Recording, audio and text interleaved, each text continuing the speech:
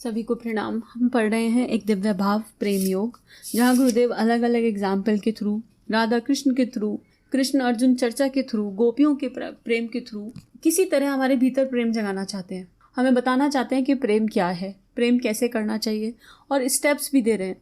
तो सभी के लिए प्रार्थना अंतःकरण से, हृदय की गहराइयों से, परम पूज्य गुरुदेव वंदे माता जी से, उस गुरु शक्ति से, गुरु मंडल से प्रार्थना कि आप सबके भीतर ये प्रार्थना का भाव पहुंचे। आप सब इस प्रार्थना को महसूस कर पाएं कि गुरुदेव ये प्रार्थना कितने दिल से सबके लिए करा रहे हैं कि जो भी इसको सुन रहा है, पूरे विश्व में कोई नहीं भी सुन रहा तो भी सब जगह बस प्रेम की वर्षा हो, और वो प्रेम तत्व हमारे भीतर गहराई से उतरे और हम समझ सकें कि अल्टीमेटली बस प्रेम ही सब कुछ है। और प्रेम की पराकाष्ठा भक्ति कभी होगी, कैसे होगी, ये वो परमात्मा ही जाने। तो गुरुदेव कल बहुत सुंदर एग्जाम्पल से बता रहे थे, और मैं कुछ मुझे अगेन फॉल्स आइडेंटिटी है, लेकिन ऐसा लगा जैसे कुछ ज़्यादा ही भूल जाती हूँ जब एक्सप्लेनेशन पे आता है ना, तो और वो भाव फ्लो आ जाता है तो बहुत ज़्यादा मुंह से निकल जाता है। तो उसके लिए सभी से क्षमा प्रार्थना। अभी हम बुक ज़्यादा पढ़ेंगे और इमोशंस को गुरुदेव के चरणों में, माँ के चरणों में, माँ बाबा के चरणों में रखेंगे। आगे लिख रहे हैं, जिस प्रकार व्यक्तिगत सुख सुविधाएं उपलब्ध करने में इच्छा रहती है और आनंद मिलता है, उसी प्रकार दूसरों में अपनापन आरोपित कर उन्हें सुखी बनाने में आनंद अनुभूति उपलब्ध करना, यही प्रेम तत्व का वास्तविक स्वरूप है। इसे सघन मित्रता के रूप में किसी व्यक्ति के माध्यम से विकसित किया जा सकता है। ऐसी उच्च स्तरीय मित्रता जिससे की जाए अथवा जिसके द्वारा की जाए, दोनों ही श्रेयस्कर होते हैं। प्रेम वह अमृत है जिसकी प्यास सभी को है। उसकी कुछ बूंद पाकर हिंसक जंतु भी कोमल हो जाते हैं। फिर सामान्य मनुष्यों की तो बात ही क्या। किसी के दुर्गुणों को सुधारने, अवरोधों को हटाने और सर्वतोमुखी प्रगति के पथ पर अग्रसर करने के लिए प्रेम से बढ़कर शक्तिशाली अनुदान और कुछ नहीं हो सकता। प्रेम की प्यास में मृग तृष्णा जैसा उद्गिन भटकता हुआ प्राणी जब कभी इस दिव्य वरदान को प्राप्त कर लेता है तो वह धन्य हो जाता है। दूसरे जिसकी कुछ बूंदों का प्रसाद पाकर धन्य हो जाते हैं, उस अमृत का निर्झर जिसके अंतरंग में अहर्निश प्रवाहित होता है, उसकी अंतः भूमिका स्वर्गलोक के देवताओं से बढ़कर ही हो सकती है, कम नहीं। इस प्रेम साधना को परस्पर व्यवहत करते हुए हम सब देवत्व की ओर निरंतर अग्रसर हो सके, और इस साधना तपश्चर्या के माध्यम से सारा संसार देवताओं का निवास स्वर्गलोक बन सकता है। गुरुदेव इस पैराग्राफ में यही बता रहे हैं कि प्रेम केवल प्रेम करने के लिए है, और प्रेम में कोई एक्सपेक्टेशन इसलिए नहीं रहती क्योंकि प्रेम करने में ही सब कुछ पूर्ण हो जाता है, सब कुछ मिल जाता है। बस हमारे हृदय में प्रेम है, वो अपने आप में पूर्ण है, उसके आगे पीछे कुछ नहीं है। पर यहाँ एक चीज़ जो मुझे लगता है, पता नहीं मेरे आई की है, मुझे ऐसा लगता है कि अगर आप किसी से प्रेम करते हैं तो हमें वो एक प्रेम एक्सप्रेस करना भी आना चाहिए। इसलिए नहीं क्योंकि अभी हम छोटे से शुरू कर रहे हैं ना, अगर हम एक्सप्रेस नहीं करेंगे सामने वाले से तो क्या पता सामने वाले को समझ में आ रहा है या नहीं। तो अपनी बात कह के छोड़ दें। एक्सप्रेस करने के पीछे एक्सपेक्टेशंस नहीं होनी चाहिए, लेकिन अपने मन की बात कहनी चाहिए, है ना, क्योंकि संवाद है। और गुरुदेव ने भी किताब में कल या परसों के स्वाध्याय में बताया कि जब हम निराकार की तरफ जाते हैं तो वो संवाद सूक्ष्म से होता है, लेकिन अगर हम शुरू में ही निराकार की तरफ चले जाएंगे तो अगर संवाद नहीं मिलेगा तो एक अजीब सी कंफ्यूजन हो जाएगी कि है नहीं है, क्या है, कैसा है, समझ नहीं आएगा। तो स्टार्टिंग स्तर पर थोड़ा सा संवाद शायद होना चाहिए। बाकी ये अनुभव की यात्रा है, तो आप इस यात्रा पर चलें और अपने अंतःकरण की आवाज़ को सुने, जो आपका दिल कहे, जैसा आपका मन कहे, क्योंकि हर अंतःकरण में वो परमात्मा विराजित है, और हर अंतःकरण से वही परमात्मा बोल रहा है। कोई भी कर्म हम सब अपनी इच्छा से थोड़ा ना कर रहे हैं। हमें लगता है हम कर रहे हैं, हम कुछ नहीं कर रहे हैं। यहाँ पे सब भगवान, जो भी कुछ घटित हो रहा है ना, सब वो परमात्मा करा रहा है, रोल प्ले करा रहा है सबसे अपने अपने। आगे गुरुदेव लिख रहे हैं कि इस पूरे पैराग्राफ में गुरुदेव यही बात समझा रहे हैं, और फिर एक प्रार्थना कर रहे हैं कि आइए इस भूमि को स्वर्ग बना दें। हमारे भीतर का प्रेम जाग जाए, पूरी दुनिया का पता नहीं, हम तो इस यात्रा पे चलें। तो जब एक जना वो दिव्य प्रेम रेडिएट करेगा तो आपके भीतर से प्रेम रेडिएट होगा तो वो बाकी चेतनाओं तक पहुंचेगा। जितना ज़्यादा आत्मीयता का विस्तार होगा, उतने ज़्यादा लोगों तक माध्यम बना के परमात्मा आपको पहुँचा देंगे, और शायद ना भी पहुँचाएं। किसकी क्या जर्नी है क्या पता, है ना। जो लोग सूक्ष्म में हिमालय पे तप करते हैं, क्या उनके भीतर प्रेम नहीं है? महर्षि अरविंद ने सूक्ष्मीकरण साधना करी तो क्या प्रेम नहीं है? तो सबकी यात्रा है, लेकिन हम रेडिएट तो करें। आगे गुरुदेव लिख रहे हैं, प्रेम का अभ्यास व्यक्ति से ही आरंभ किया जा सकता है। अंततः उसका विकास तो भगवान के, विश्व मानव के, समाज के चरणों में अपनी अहमता तथा संपदा समर्पित करने की दिशा में ही होना चाहिए। प्रेम व्यक्ति के स्वार्थ प्रेम व्यक्ति को स्वार्थ की कीचड़ से उठाकर परमार्थ के राजहंस पर बिठाता है।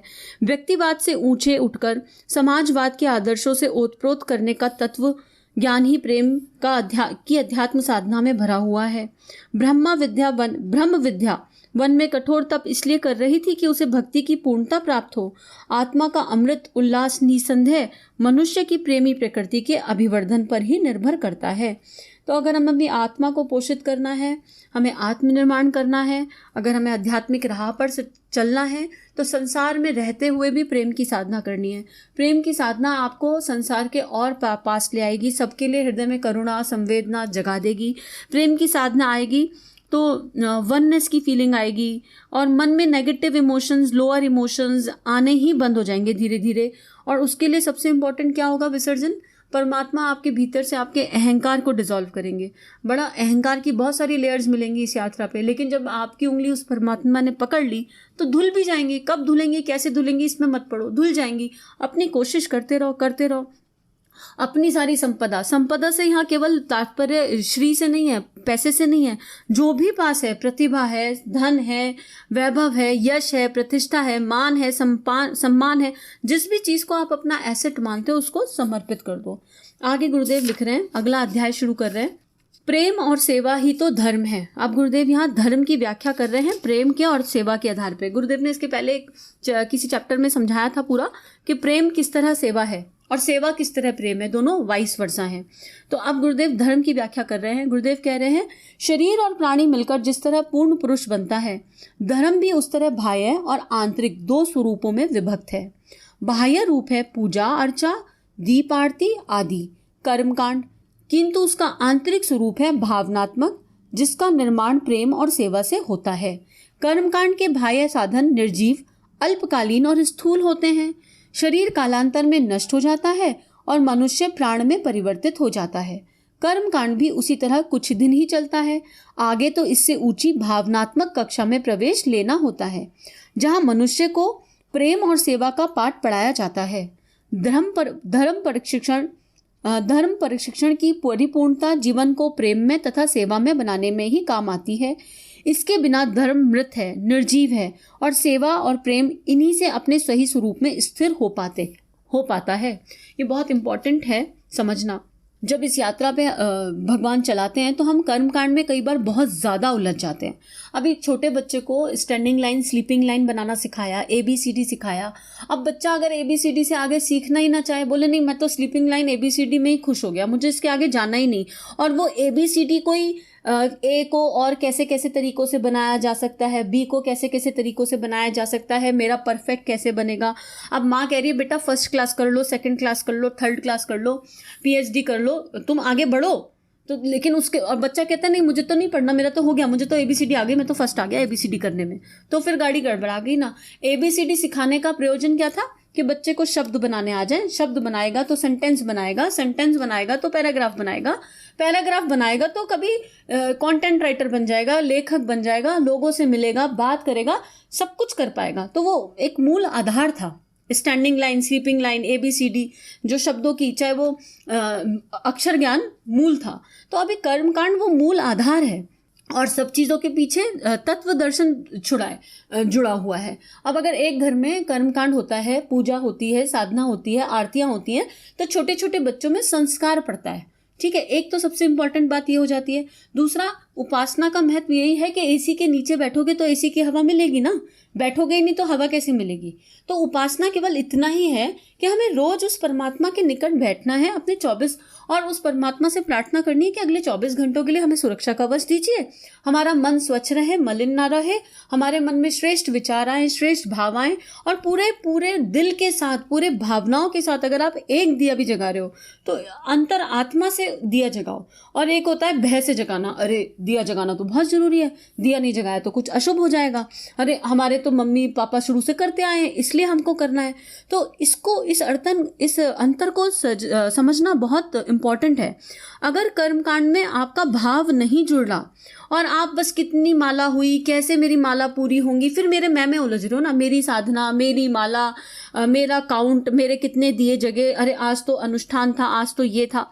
जो भी आप प्रैक्टिसेस करते हो, यहाँ किसी प्रैक्टिस को अनुचित नहीं ठहराया जा रहा। इम्पॉर्टेंस, अक्षरज्ञान की इम्पॉर्टेंस कम है क्या? अभी एक बच्चे को अगर स्टैंडिंग लाइन, स्लीपिंग लाइन, अक्षर ज्ञान दिया ही नहीं जाएगा तो आगे बढ़ेगा कैसे? तो उसकी इम्पॉर्टेंस बहुत ज़्यादा है, उसकी इम्पॉर्टेंस को डिनाई नहीं कर रहे, लेकिन वहाँ रुक नहीं सकते।